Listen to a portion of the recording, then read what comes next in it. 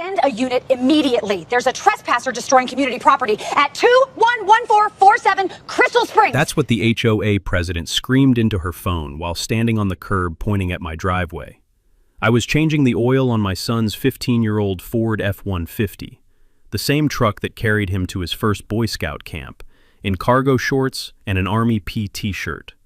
By the time the patrol unit rolled in, 3 of her board members had gathered with their phones out, and one was already live streaming. The MPs stepped out, walked toward me, looked at my face, and snapped a salute so crisp I could hear the gloves hit. That's the thing about people drunk on HOA power. They write the complaint before they read the name on the mailbox. What she didn't know was that I'd been sworn in as her installation's new garrison commander 4 weeks earlier, and the provost marshal whose unit she was screaming at reported directly to me. So I didn't argue.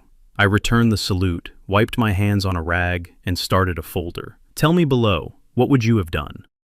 My name is Bennett Whitford. I'm a colonel in the United States Army.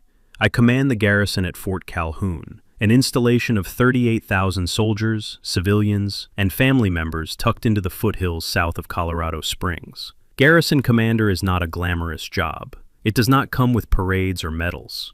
What it does come with is responsibility for every gate, every barracks, every chapel, every school, every chow hall, every military police patrol, and every housing dispute on a piece of federal land the size of a small city. I'm 52 years old. I have 2 tours in Iraq, 1 in Afghanistan, and a graduate degree from the Naval Postgraduate School. I have been married to Eleanor for 26 years. She teaches 8th grade history at a public school in Manitou Springs. Our son Caleb is 19, a sophomore at Colorado State studying mechanical engineering, home for the summer. We have a yellow lab named Buster, who is mostly retired from any duty heavier than sleeping in the sun. We moved into Aspen Bluff Estates in late April. It's a private HOA-managed neighborhood, half a mile outside the main gate of Fort Calhoun. About 60% of the residents are military families. The other 40 are civilian retirees, defense contractors, and a handful of executives from the aerospace plants out toward Pueblo.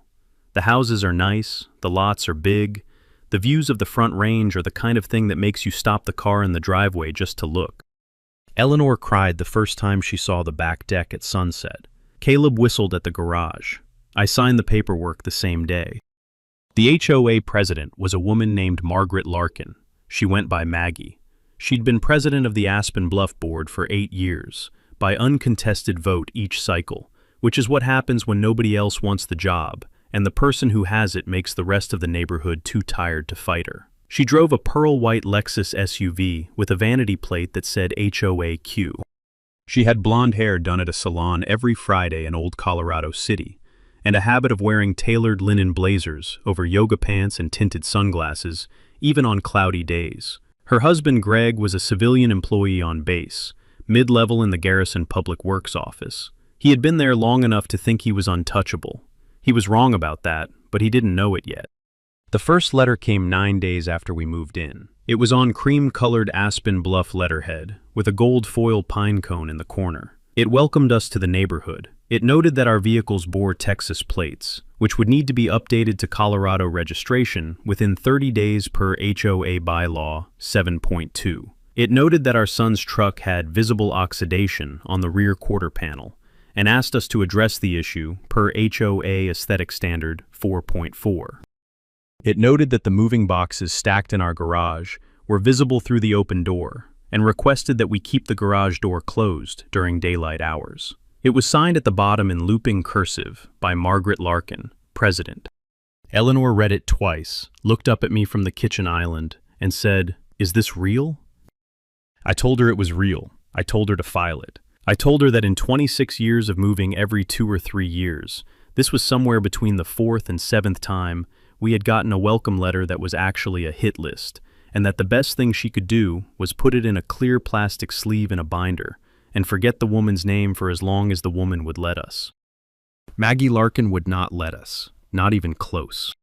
The second letter came 11 days later. It informed us that Caleb's truck, parked in our own driveway, was in violation of Aesthetic Standard 4.4 because the rust spots had not been addressed.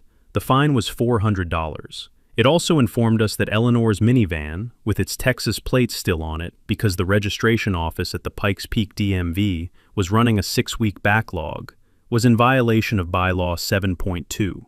That fine was $300. The total was $700 for sins committed entirely on private property we had legally purchased. I poured a cup of coffee and walked outside in my socks to look at our driveway. It was a Saturday morning in early May, just after sunrise. The air smelled like cut grass and hot asphalt warming under a sky that was already pure Colorado blue. The mountains to the west were still pink at the peaks. Eleanor's minivan was parked exactly where it belonged, in our driveway, with all 4 wheels on our concrete. Caleb's F-150, the one he had bought with his lifeguard money in high school, sat next to it. The rust on the rear quarter panel was the size of a man's hand. The truck started every morning. It got Caleb to school and back for 2 years. He loved it, the way 19-year-old boys love the first thing that is theirs. I drank my coffee. I thought about it. I made a decision. I was not going to fight Maggie Larkin over a fine. I was going to file the fine in my binder, the way Eleanor had filed the first letter, and I was going to wait. Because a person who behaves like Maggie Larkin in week 2 of your residence does not stop in week 3. She escalates. And when she escalates against the wrong man, the file becomes evidence. I keep a binder for every residence. I have done it since 1997, when a landlord in Fayetteville tried to keep our deposit by inventing damage we never caused. I learned then that the person who keeps the cleanest paper trail wins every dispute that involves paper. I learned later, in 3 combat deployments, that the same principle applies to most fights worth winning. The man with the better records, calmer voice, and longer patience usually walks away with what he came for. I labeled the new binder Aspen Bluff in pencil on the spine. I put the first welcome letter in tab 1. I put the second fine notice in tab 2. I drove to the FedEx store and made notarized copies of both. I added a third tab labeled simply Ignored, because I did not pay the $700 and I did not intend to. What I did do that same Saturday afternoon was drive into the base. Fort Calhoun's main gate sits at the end of Aspen Bluff Drive. It is a 4-lane checkpoint with concrete bollards, a flagpole, and a guard shack manned by 2 MPs from the 716th Military Police Battalion. The unit reports to the Provost Marshal, a lieutenant colonel named Russell Easton. The Provost Marshal, in the chain of garrison command, reports to me. I drove through the gate. The MP at the booth saluted. I returned the salute. I drove past the parade ground, where the post-bagpipe band was rehearsing for Memorial Day in the slow, mournful way bagpipes always sound, and I parked at the brick building with the green awning that housed the garrison headquarters. I went into my office. I shut the door. I called Lieutenant Colonel Easton on the secure line. "Russ," I said, "I need a favor. I need a quiet, no-fuss read on something." "Sir, name it." "I need to know how many calls Aspen Bluff Estates has placed to your dispatch in the last 12 months. Just the address, just the call types, no flags, no paperwork." He was quiet for half a second. Then I heard him chuckle. "Sir, I have been waiting for somebody at your level to ask me that for 2 years. "How many?" 341 in the last 12 months, sir. Nuisance complaints, noise, suspicious vehicles, suspicious persons. Most of the complaining party is a single resident at the same address. I will email you a sanitized summary by close of business Monday." I told him I would appreciate it. I hung up. I sat at my desk for a long minute, looking out the window at the flagpole and the long shadow it threw across the gravel. 341 calls, from one neighborhood, from mostly one woman, to my MPs. The summary arrived Monday morning. 278 of those calls had been placed by the same number, registered to one Margaret R. Larkin of Aspen Bluff Estates. Of those 278, exactly 0 had resulted in any documented violation by the subject party. Every single one had been against a military family living in Aspen Bluff Estates. Every single one had been about parked trucks, basketball hoops, dogs in yards, kids playing too loud, garage doors left open, and one memorable complaint about an active-duty staff sergeant who had committed the offense of grilling burgers on a Wednesday evening.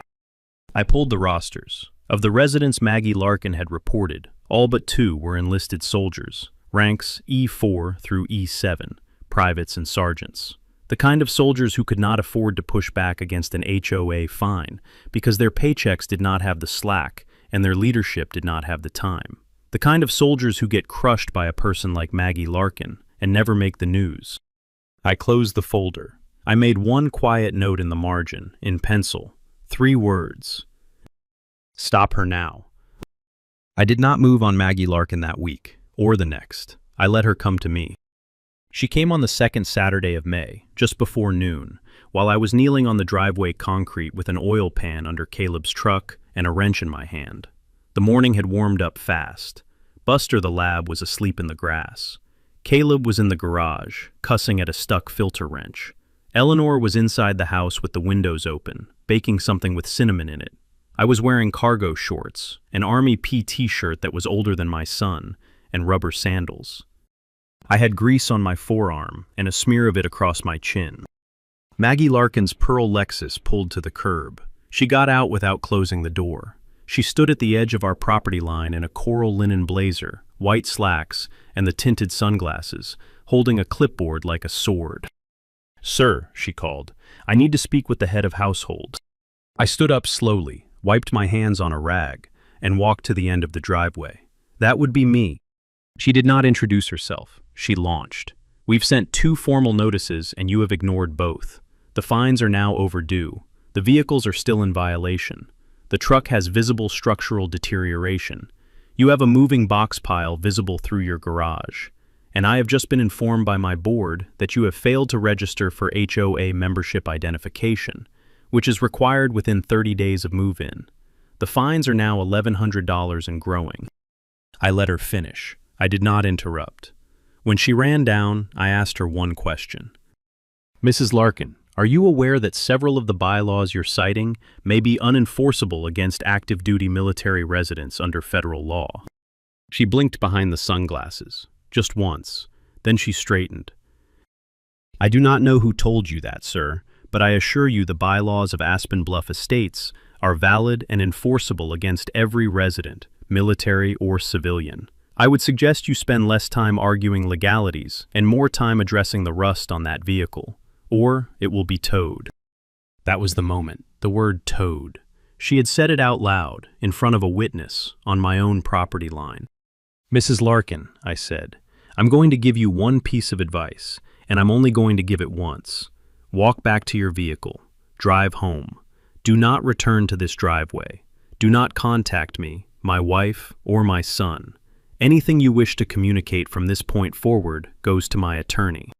She laughed, a short, dry, performative laugh. "Sir, I am the elected president of the Aspen Bluff Homeowners Association. I do not take instructions from new residents who think they can park whatever they want in their driveway." She pulled her phone out of her blazer pocket. She dialed 3 numbers. She put the phone to her ear.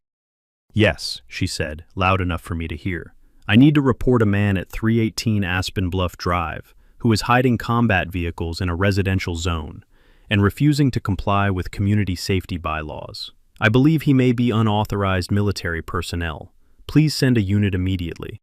She had called my military police on me, on my own driveway, while I was changing the oil on my son's truck.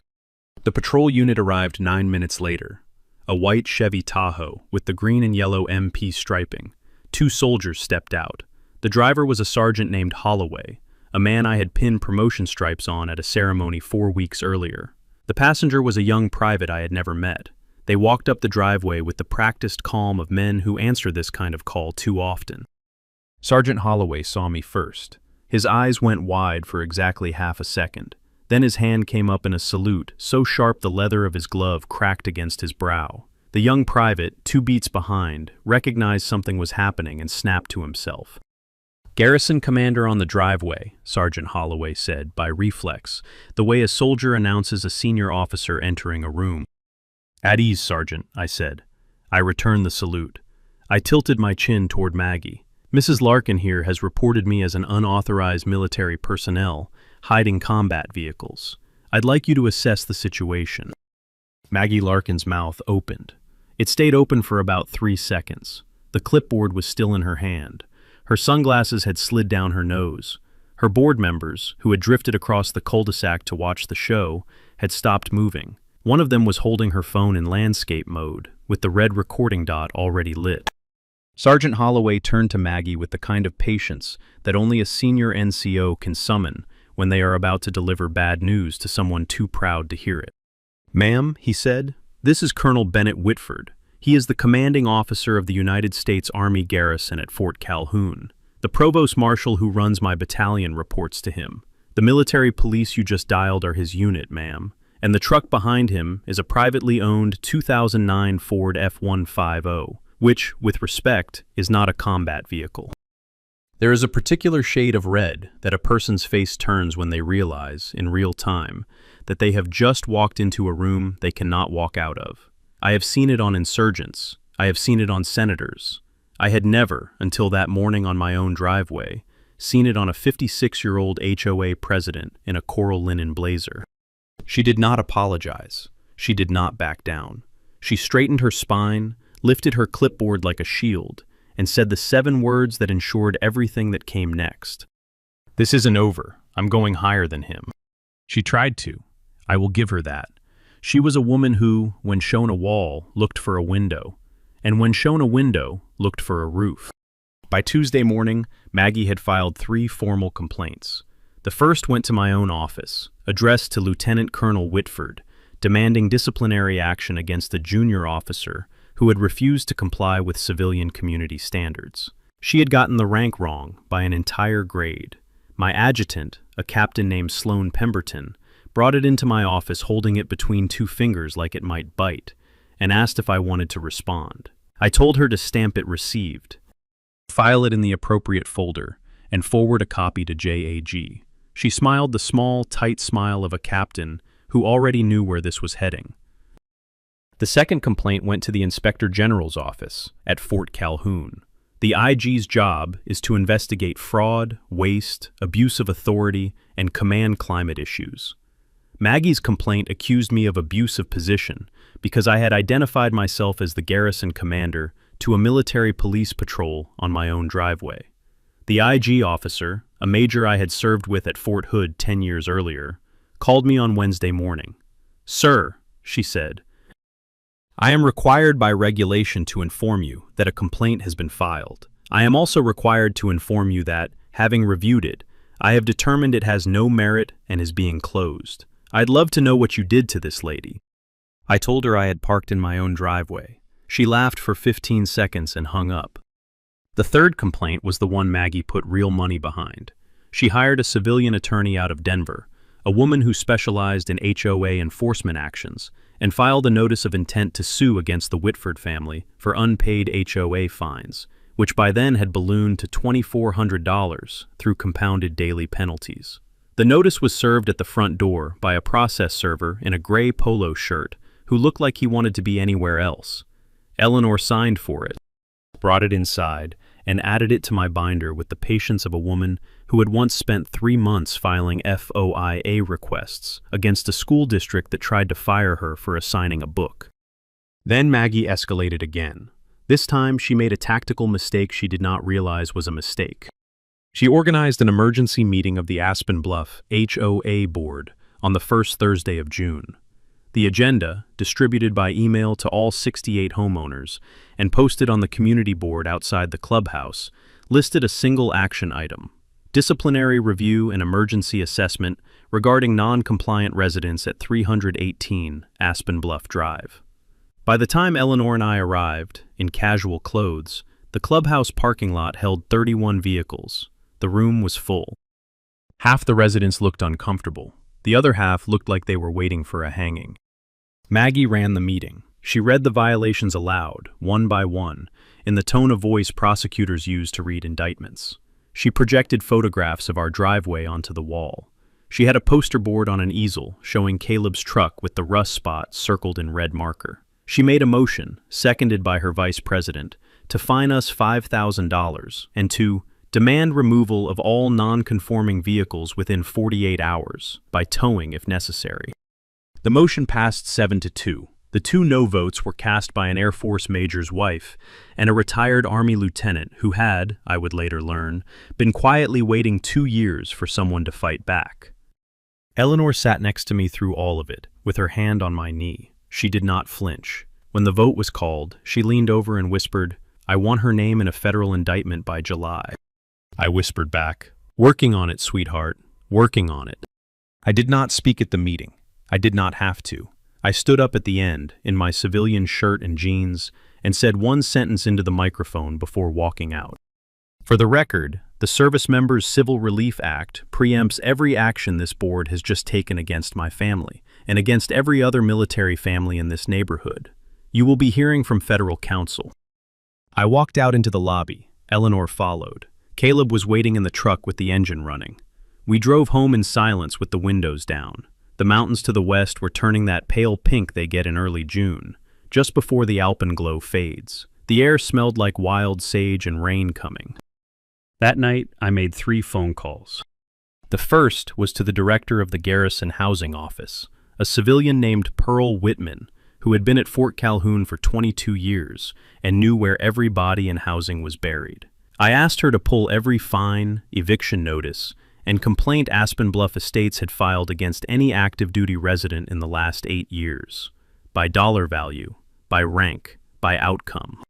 The second was to the Federal Contracting Office at Fort Calhoun's Garrison Public Works Division. I asked the contracting officer, a retired Army Master Sergeant named Hadley Voss, to pull every groundskeeping, landscaping, and snow removal contract awarded by his office in the last 6 years, by vendor, by bid history, by signing officer. The third was to my JAG officer, Major Sloan Pemberton, the same captain who had walked the first complaint into my office. I told her I was about to need her, full-time, on something that was going to grow. She said, "Sir, I have been on this since Tuesday." I told her she was the best officer I had ever worked with. I poured a glass of bourbon. I sat at the kitchen table with my binder and a pen, and I started building the case the way I had been taught to build them. From the bottom up, slow, quiet, documented, devastating. The records came back over the next 9 days. They came in sealed manila envelopes, hand-delivered by clerks I had served with at 3 previous installations. They came on memory sticks I plugged into a clean laptop in a SCIF on the 2nd floor of the headquarters building. They came in printed columns that I spread across the conference room table at 0600 each morning before anyone else was in the building. By the 2nd Friday of June, I had 2 stories told entirely in paper. Story 1 was the SCRA story. The Service Members Civil Relief Act is a federal statute that has been on the books in some form since 1940. It is the United States government's promise to its uniformed members that civilian creditors, landlords, courts, and yes, homeowners associations cannot use the absences and disruptions of military service against them. It caps interest rates, it freezes evictions, it restricts default judgments, and in many states, including Colorado, it places sharp limits on the kinds of fines and assessments an HOA can impose on an active duty service member without specific notice and judicial review. The law is not new. The law is not obscure. The law is in every officer manual at every legal assistance office on every base in the country. Maggie Larkin's HOA had violated it 317 times in the last 6 years.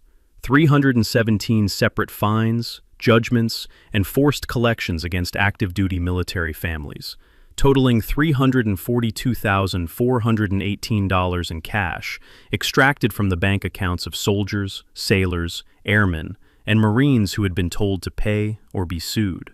Most of them had paid. Most of them had not even known they had a defense.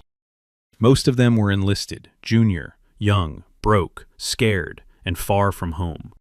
That's the practical lesson worth remembering. If you are active duty military and a homeowners association is fining you, garnishing you, or threatening to evict you, call the Legal Assistance Office on your installation today. The Service Members Civil Relief Act may already have you covered, and the help is free. Story 2 was the Greg Larkin story. Greg Larkin had worked in Garrison Public Works for 14 years. He was a GS-12. He had quiet authority over a small but lucrative slice of the contracting pipeline. Specifically, he managed groundskeeping and landscaping contracts for several outlying buildings on the post, including the chapel grounds, the visitor center, and the housing office's perimeter beds. For the past 6 years, Greg Larkin had awarded roughly $400,000 per year of those contracts to a single vendor named Front Range Greenscape, LLC. Front Range Greenscape was a Colorado limited liability company. Its registered agent was a law office in Pueblo. Its sole listed officer, behind one layer of holding company, was a Colorado resident named M.R. Larkin of Aspen Bluff Drive. The contracts were no-bid sole source awards. The invoices ran 28 to 40% above standard market rate for grounds work in El Paso County. The company had no listed employees. The company subcontracted every job to legitimate landscapers at standard market rate, took the difference as pure margin, and routed 82% of that margin into an Aspen Bluff Estates consulting fund, controlled by a single signatory. That signatory was Margaret R. Larkin. Greg Larkin had been moving federal money, through a no-bid contract he himself approved, into a shell company owned by his wife, who then routed it into an HOA fund she personally controlled. By the calculations of the Defense Contract Audit Agency analyst I quietly read in on the Monday following, the total exposure was just over $2.1 million in misappropriated federal funds across 6 fiscal years. Wire fraud, mail fraud, honest services fraud, federal contracting fraud, theft of government property, conspiracy. The wife was not just a petty HOA tyrant fining military families. The wife was the laundering arm of a federal contracting fraud her husband had been running out of my own headquarters building. I called Major Pemberton into the conference room on the second Tuesday of June. I called Special Agent Garrett Ashby of Army CID into the conference room 30 minutes later. I called the Defense Criminal Investigative Service, the Inspector General's office at the Department of the Army, and an assistant United States attorney from the District of Colorado named Linnea Vance over the next 48 hours.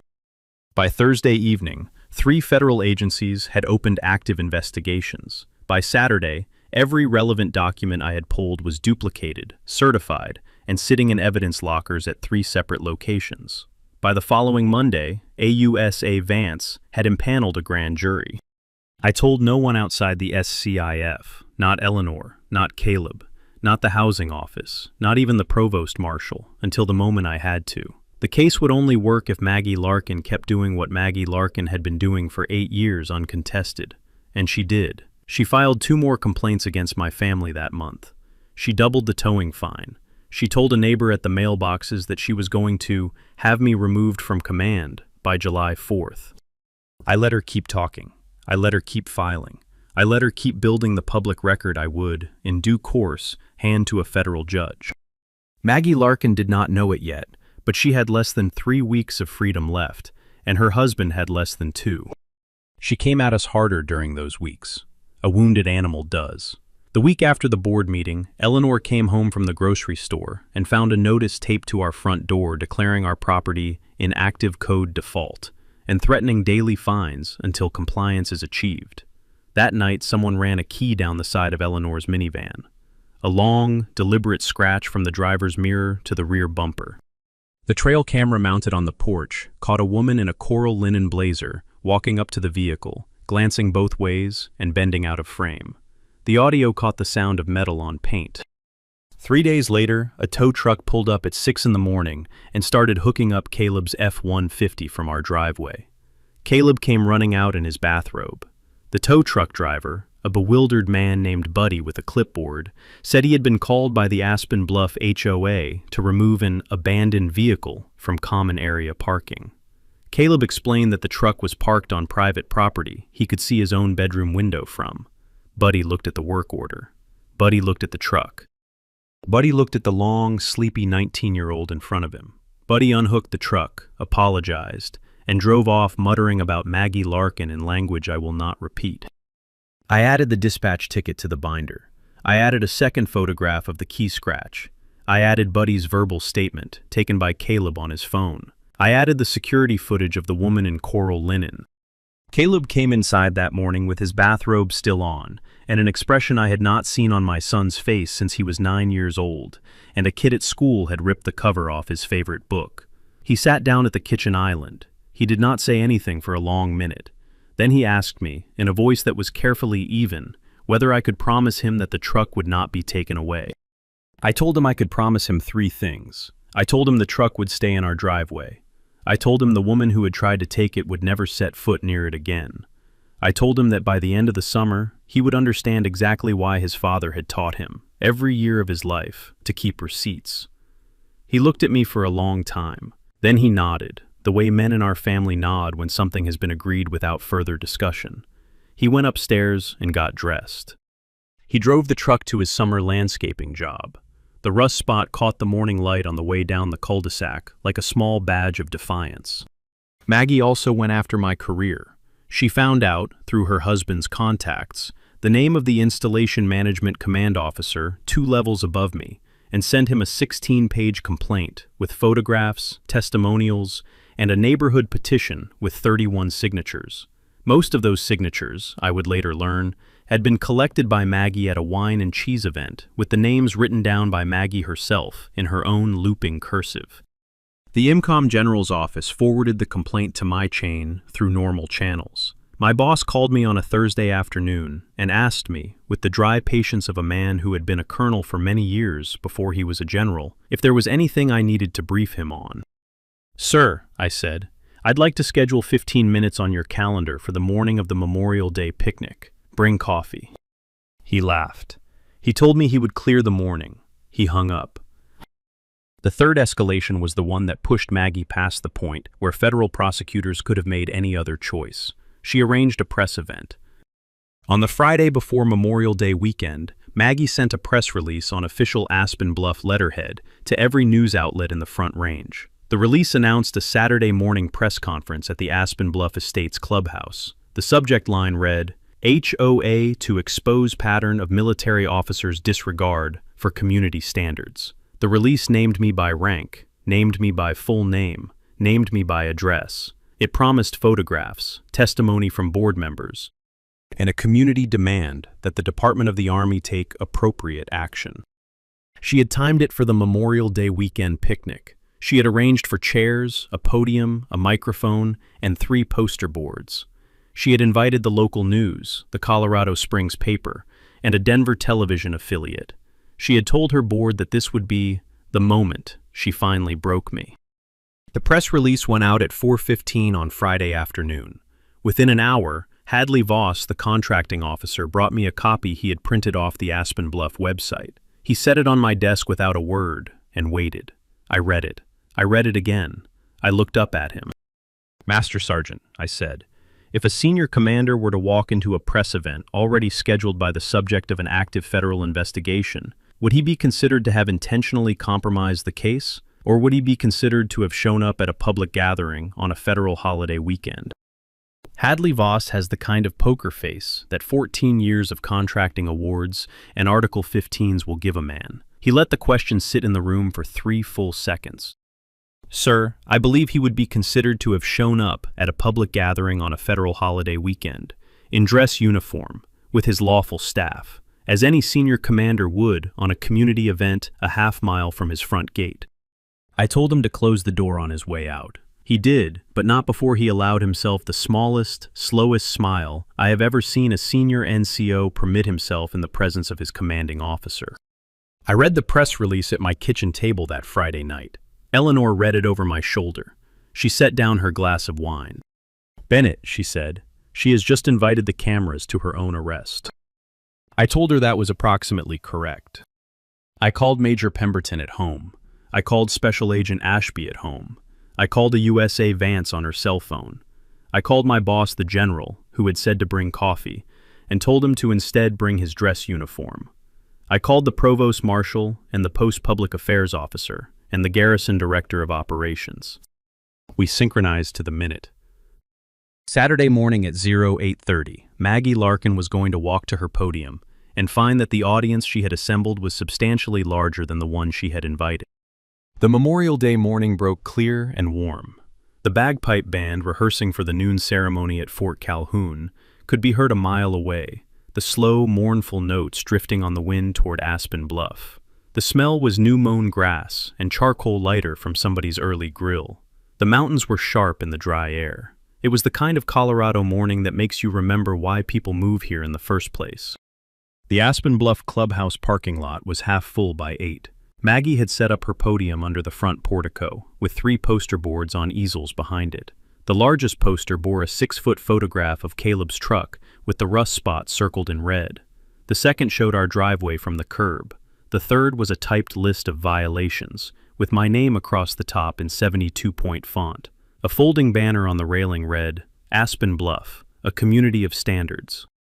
The local news vans began arriving at 8:15, 2 from Colorado Springs, 1 from Denver. A reporter named Hadley Voss, from the Pueblo paper, no relation to my contracting officer, set up a tripod.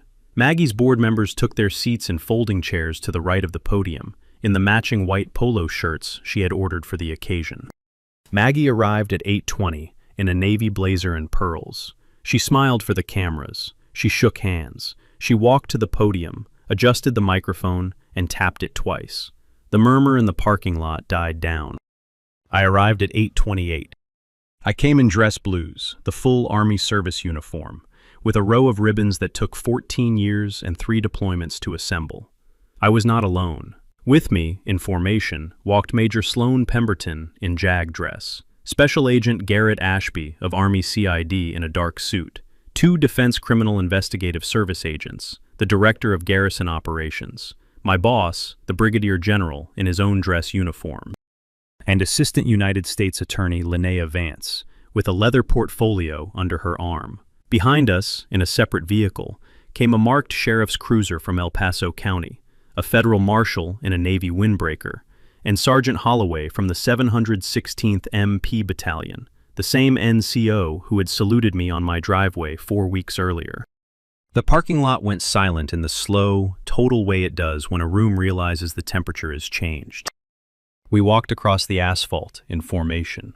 The local news cameras swung. Maggie's smile stayed for 1 more second, then began to slide off her face the way wax slides off a tilted candle. Her hand on the microphone went still. We stopped 15 feet from the podium. I removed my dress cover. I waited until every camera was rolling. Then I took 2 steps forward to the microphone. Good morning, Mrs. Larkin. You called this press conference to discuss me. I'm here to discuss you. There was a sound from the crowd, low, somewhere between a gasp and a laugh. Maggie's mouth opened. No words came out. I turned to AUSA Vance. She stepped forward. She opened her leather portfolio. Margaret Ray Larkin, Greg Allen Larkin. I am an Assistant United States Attorney for the District of Colorado. By order of a federal grand jury, impaneled June 14th, the United States is filing the following charges against you both. 8 counts of wire fraud, 6 counts of mail fraud, 4 counts of honest services fraud, 2 counts of theft of government property in excess of $1 million, 1 count of conspiracy to defraud the United States. Mr. Larkin, federal marshals are at your residence executing a search warrant as we speak. You are under arrest. The marshal stepped forward. Greg Larkin, who had been standing in the second row holding a coffee cup, dropped the coffee cup.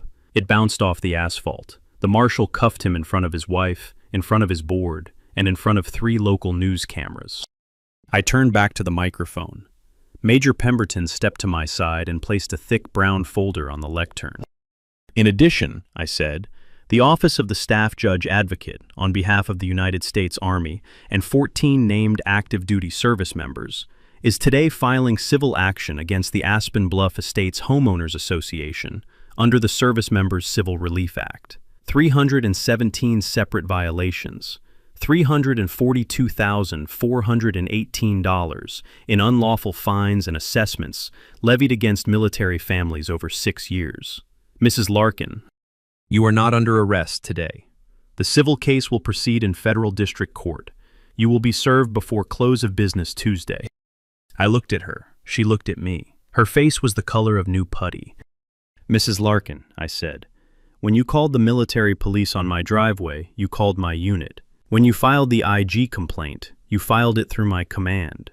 When you told my neighbors I was an unauthorized officer, you slandered the man whose signature authorizes everyone on this installation. I do not need to defend myself against you today. The federal government will defend itself against your husband.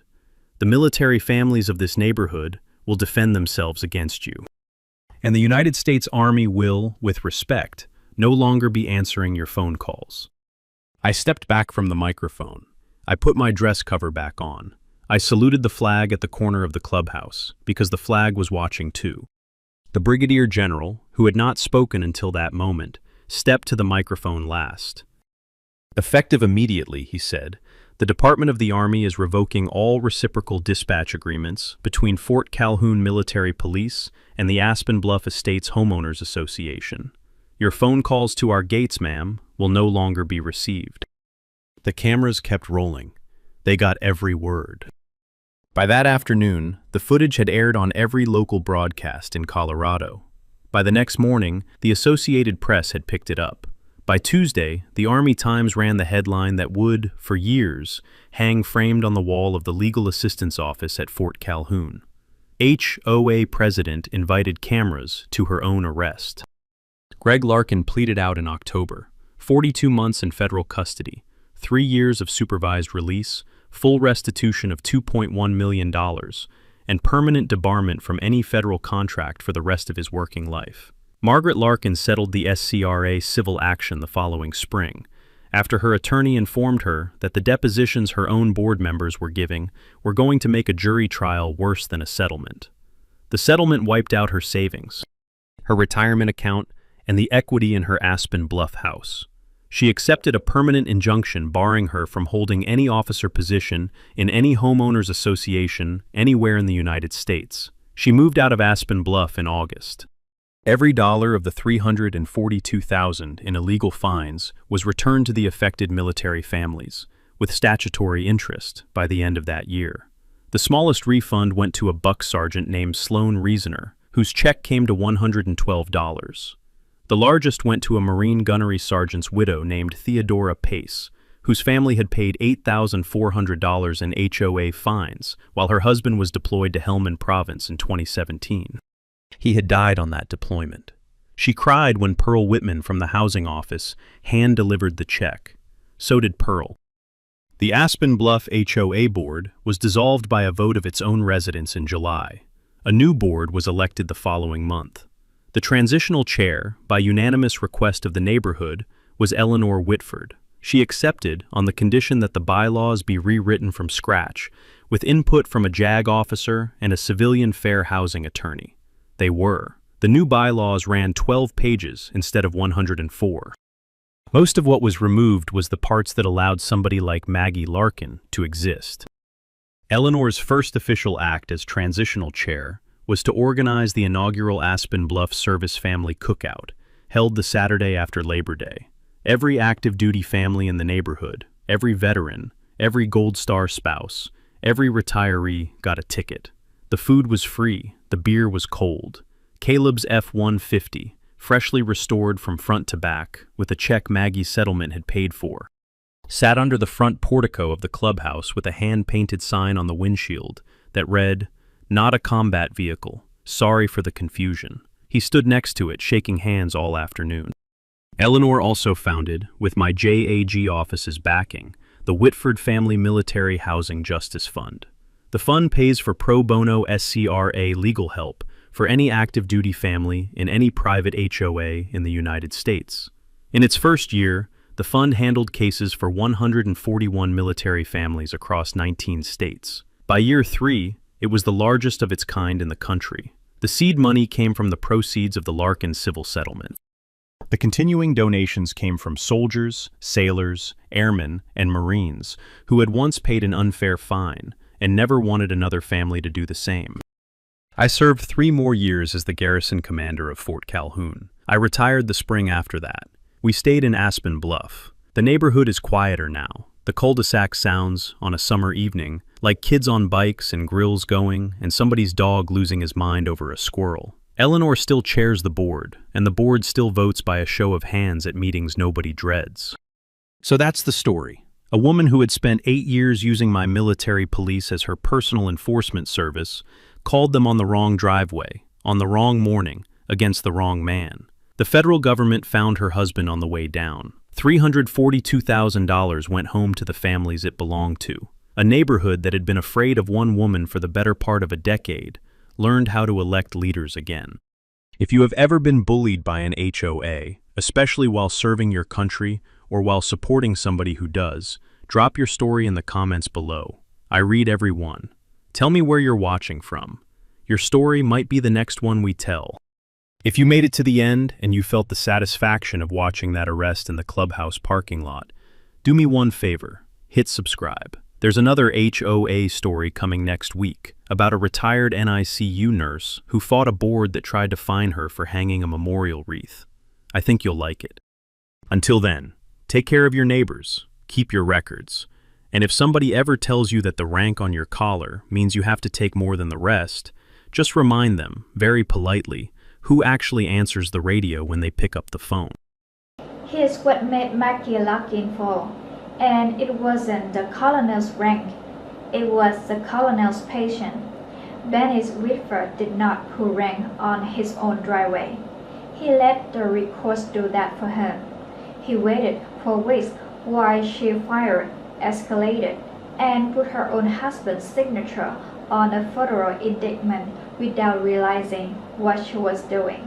The real lesson is not that the garrison commander beat the HOA president. The real lesson is that quiet, well-organized documentation always beats loud and accountable authority. Maggie thought a clipboard was power. Benny knew a Bible was power. The difference cost her husband 42 months and gave $342,000 back to military families who has earned it the hard way. If you are active duty, and your HOA is leaning on you, call your installation legal assistance office today. The Service Members Civil Relief Act may already protect you. The help is free. If you have lived through your own HOA story, drop it in the comments. I read everyone. Subscribe so you don't miss the next one, where a retired NICU nurse takes on a board that tried to fine her for a memorial wreath. Until then, keep your record, keep your patience, and remember, the loudest person in the room is almost never the one who answers the radio.